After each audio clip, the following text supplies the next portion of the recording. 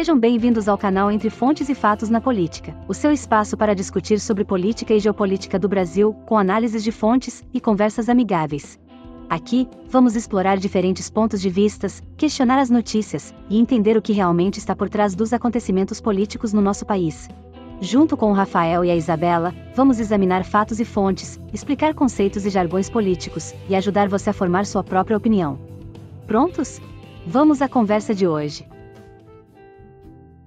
Bem-vindos à nossa análise de hoje. O tema é central, eu diria, para a gente entender o Brasil, o Estado Democrático de Direito. Exato. A gente recebeu um material bem completo sobre isso.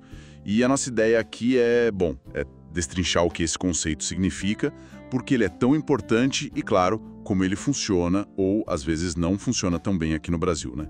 Tudo com base nesse material que a gente tem em mãos. Isso aí, um desafio interessante. Ok, então vamos lá, vamos começar a desembrulhar isso. O que exatamente é esse tal de Estado Democrático de Direito que está logo no artigo 1º da nossa Constituição? Parece ser a base de tudo, né? É, precisamente. É a estrutura, a arquitetura mesmo, que busca garantir que o poder do Estado sirva ao povo e à lei, e não o contrário. Certo. Fundamentalmente, assim, é sobre equilibrar a autoridade do Estado com a proteção dos direitos e das liberdades de todo mundo. E o interessante que o material ressalta é que é um sistema pensado para proteger os direitos humanos de uma forma que as pessoas não precisem chegar ao extremo, à rebelião contra a tirania, sabe? Faz sentido. Então, indo direto ao ponto, como que o material define o Estado Democrático de Direito?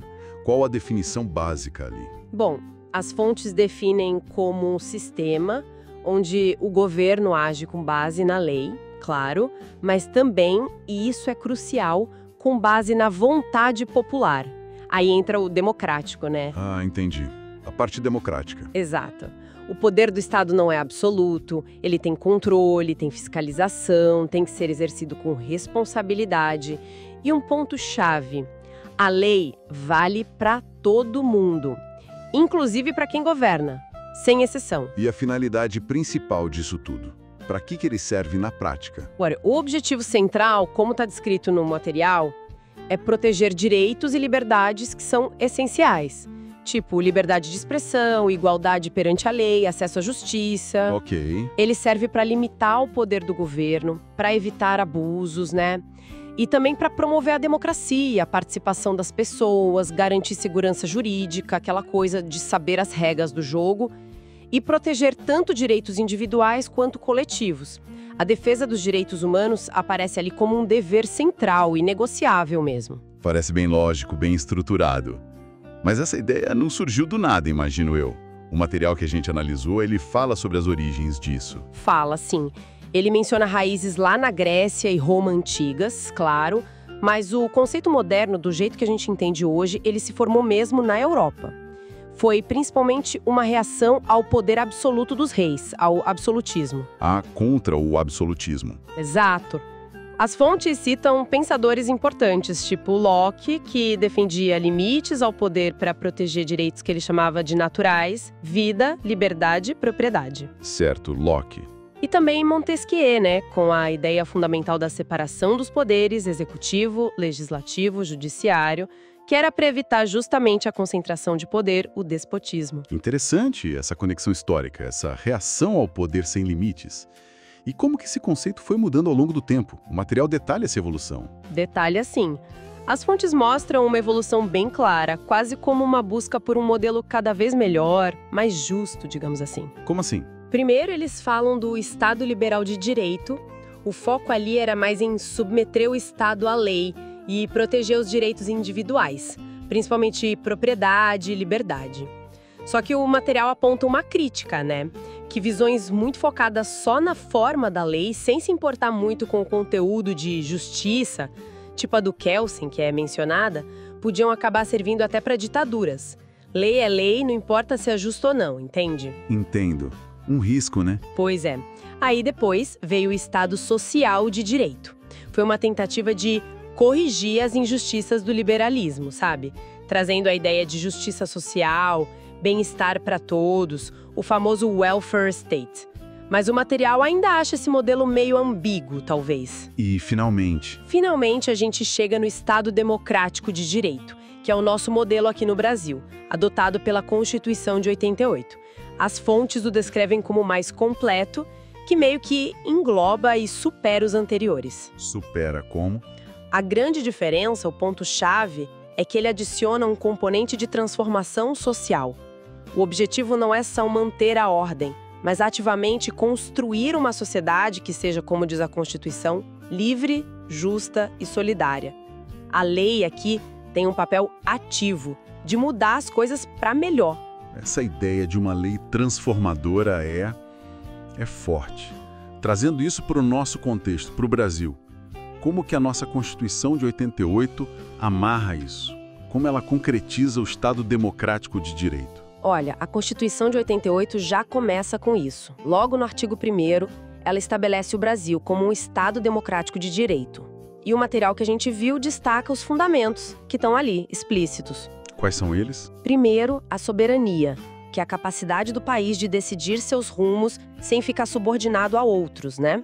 Depois, a cidadania, que garante direitos e deveres para todo mundo. Certo. Aí vem um ponto crucial: a dignidade da pessoa humana. O material chama isso de valor-fonte, a base de tudo, algo que está acima da vontade de qualquer um. É talvez o coração do sistema. Dignidade humana como valor-fonte. Isso é bem impactante. Que mais? Tem também os valores sociais do trabalho e da livre iniciativa, buscando um equilíbrio na economia, né?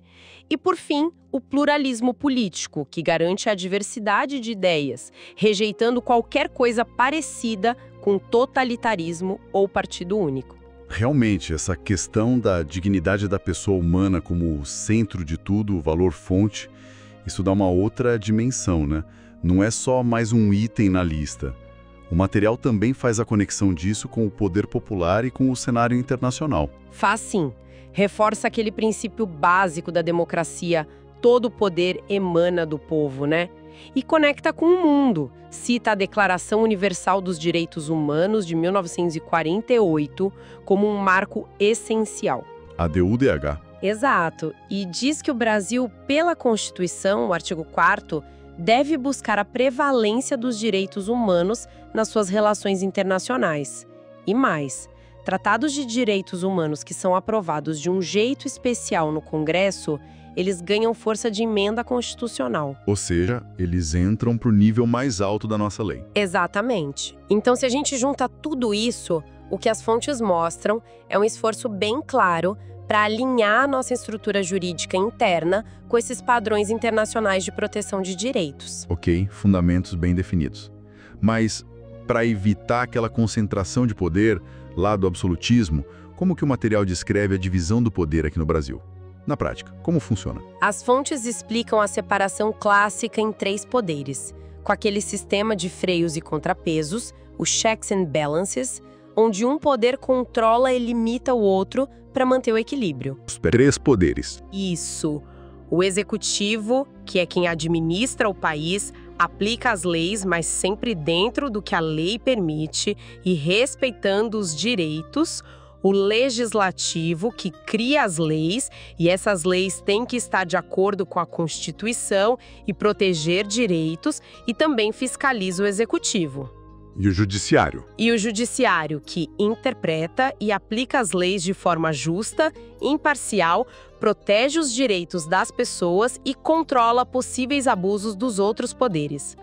O material menciona especificamente o STF, o Supremo Tribunal Federal, como guardião final da Constituição. Ele que dá a última palavra se uma lei ou ato está valendo ou não, de acordo com a Constituição. E todos eles, executivo, legislativo, judiciário, todos ficam abaixo da Constituição, certo? Ela é a regra máxima para todos. Perfeitamente. A Constituição é a lei maior que limita todos os poderes. O judiciário pode e deve revisar atos dos outros poderes para garantir que eles estão seguindo a Constituição. E um ponto interessante que as fontes ressaltam Mesmo em situações de crise, tipo estado de defesa, estado de sítio, os direitos fundamentais e os limites da Constituição não podem ser simplesmente ignorados, suspensos. As regras do jogo democrático continuam valendo. Isso é importante. Essa submissão à lei é um pilar. O que mais o material destaca sobre o papel da lei e da Constituição nesse sistema? Bom, o princípio da legalidade é fundamental. Aquele que está no artigo 5º, inciso 2º. Ninguém será obrigado a fazer ou deixar de fazer alguma coisa, senão em virtude de lei. Quer dizer, o governo só pode agir se a lei autorizar. A Constituição é descrita como a lei fundamental, que tem que ser legítima, ou seja, aceita, rígida, para não ficar mudando toda hora, e suprema, acima de todas as outras leis. E pensando nas pessoas, nas garantias concretas para nós, cidadãos. Como essa estrutura toda se traduz em proteção no dia a dia, segundo o que a gente leu? O material dá bastante ênfase a várias garantias importantes que estão na Constituição. Não chega a listar todos os incisos, mas foca no que elas significam na prática. Por exemplo, o acesso à justiça. Isso quer dizer que qualquer pessoa que se sentir lesada ou ameaçada em seu direito pode procurar o judiciário. A porta da justiça tem que estar aberta para todos. Certo. Acesso garantido. Outra coisa é a segurança jurídica. Isso protege direitos que a pessoa já conquistou, atos que já foram feitos de acordo com a lei da época, impede que uma lei nova mude o passado para prejudicar alguém. Dá previsibilidade, né? Sim, saber com o que se pode contar. Exato. Tem também o devido processo legal. Ninguém pode perder os seus direitos ou seus bens sem um processo justo, com regras claras, direito de se defender. Fundamental. E dentro desse processo, tem que ter o contraditório e a ampla defesa. A pessoa tem que poder saber do que está sendo acusada e ter todas as chances de se defender, de apresentar provas, de contestar. Ampla defesa, ok. A presunção de inocência também é chave. Todo mundo é considerado inocente até que uma decisão judicial final, definitiva, diga o contrário. O ônus da prova é de quem acusa. E quanto à prisão? Existem regras claras para a prisão. Só pode prender em flagrante delito ou por uma ordem escrita e fundamentada de um juiz. Nada de prisão arbitrária. Ok. As fontes também mencionam a garantia de que o processo não demore uma eternidade, a duração razoável do processo. E os remédios constitucionais, que são como ferramentas de emergência, habeas corpus, mandado de segurança, habeas data. São ações que o cidadão pode usar diretamente para se proteger contra ilegalidades ou abusos de poder. E para quem trabalha no governo? Ah, sim. Os princípios da administração pública também são uma garantia. Legalidade, impessoalidade, moralidade, publicidade e eficiência. O governo tem que seguir essas regras ao agir. Parece um sistema bem amarrado, com muitas garantias, mas a gente sabe que na prática as coisas nem sempre são assim, né? O material alerta para desafios, para riscos de abuso. Quais são os pontos mais críticos que ele identifica? Alerta, sim. O material não é ingênuo. Aponta algumas vulnerabilidades bem sérias. Como quais? Um risco que é destacado é o abuso de autoridade que pode vir do próprio judiciário. As fontes dão exemplos, como juízes interpretando a lei de forma distorcida, talvez por preconceito, ou aplicando penas que não são proporcionais ao ato. Abuso vindo de quem deveria proteger. Exatamente, e mencionam também atos como censura ou prisões que são vistas como tendo motivação política, sabe? Isso, segundo o material, pode gerar preocupação, um clima de medo, o que afeta diretamente a liberdade das pessoas. Pesado. E tem mais. Tem. Outro perigo sério é o tal do aparelhamento do Estado. O material descreve isso como quando um grupo político ou partido toma conta das instituições, da máquina pública e começa a usar tudo isso para beneficiar o próprio grupo e seus interesses, em vez de servir ao público em geral. E como isso acontece? Pelos mecanismos que o material aponta. Nomear só gente leal para o grupo em cargos-chave, controlar a mídia que pertence ao governo, criar leis que favorecem esse grupo. E os perigos disso são grandes. Pode levar ao autoritarismo, à corrupção, ao desrespeito aos direitos de quem discorda e, no fim, vai corroendo a própria democracia. Nossa. E o material fala mais alguma coisa sobre o judiciário? Fala sobre a diferença entre judicialização e ativismo judicial. Judicialização é quando o judiciário age dentro do esperado, para garantir direitos que outros poderes não estão garantindo. É legítimo. Ok. Já o ativismo judicial, segundo as fontes, é quando o judiciário vai além da sua função, começa a tomar decisões que seriam do legislativo ou do executivo, sabe? Invade a área dos outros. Isso pode gerar desequilíbrio entre os poderes e acabar politizando demais a justiça. É uma linha tênue, né? Uma linha bem tênue mesmo. E o material também menciona uma tensão relacionada à independência dos juízes. Menciona, sim. Aponta uma questão delicada. A independência do judiciário é essencial, não tem como negar. É um pilar do sistema. Só que essa mesma independência, às vezes, pode ser usada como desculpa, como um escudo, para evitar que juízes sejam responsabilizados por erros ou até por abusos que cometem. Ah, entendi. A independência vira um argumento para não ter controle. Exatamente. Isso levanta um debate complicado que está presente nas fontes. Como que a gente garante a autonomia necessária para os juízes decidirem com liberdade, sem ao mesmo tempo criar uma situação de impunidade? Como equilibrar independência com accountability, com prestação de contas? É uma questão difícil. Com certeza.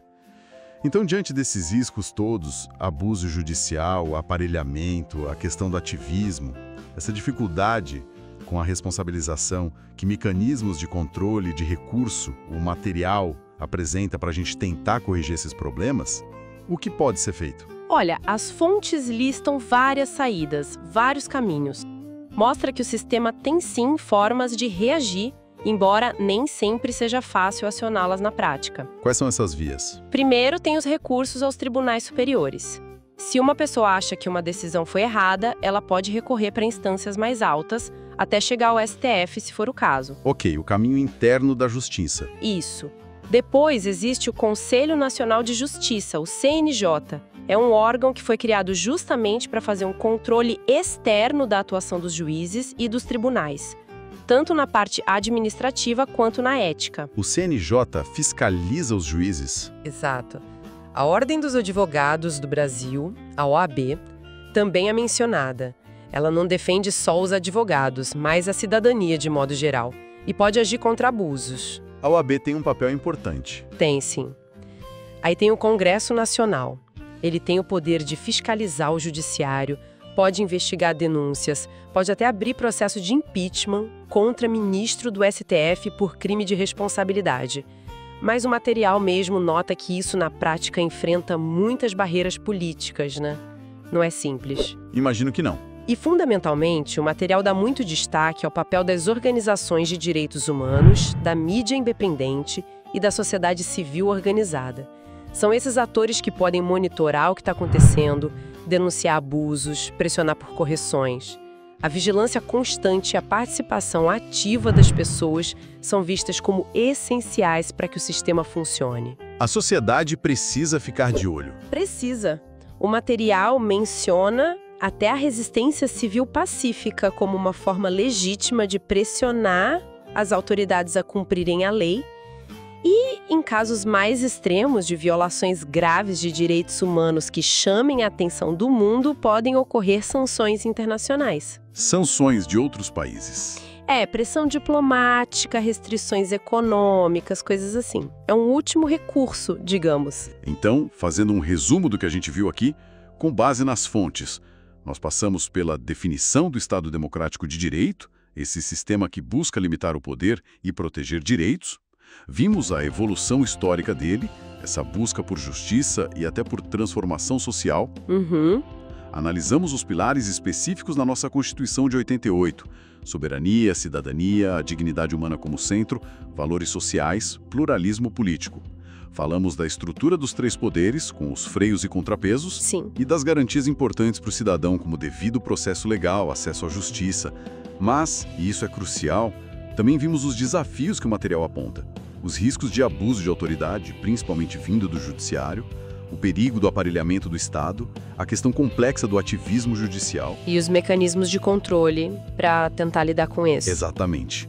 E os mecanismos de controle que existem, ou deveriam existir, para tentar segurar esses problemas. É isso. É um arranjo institucional, assim, fundamental para uma sociedade que quer ser livre, justa e democrática.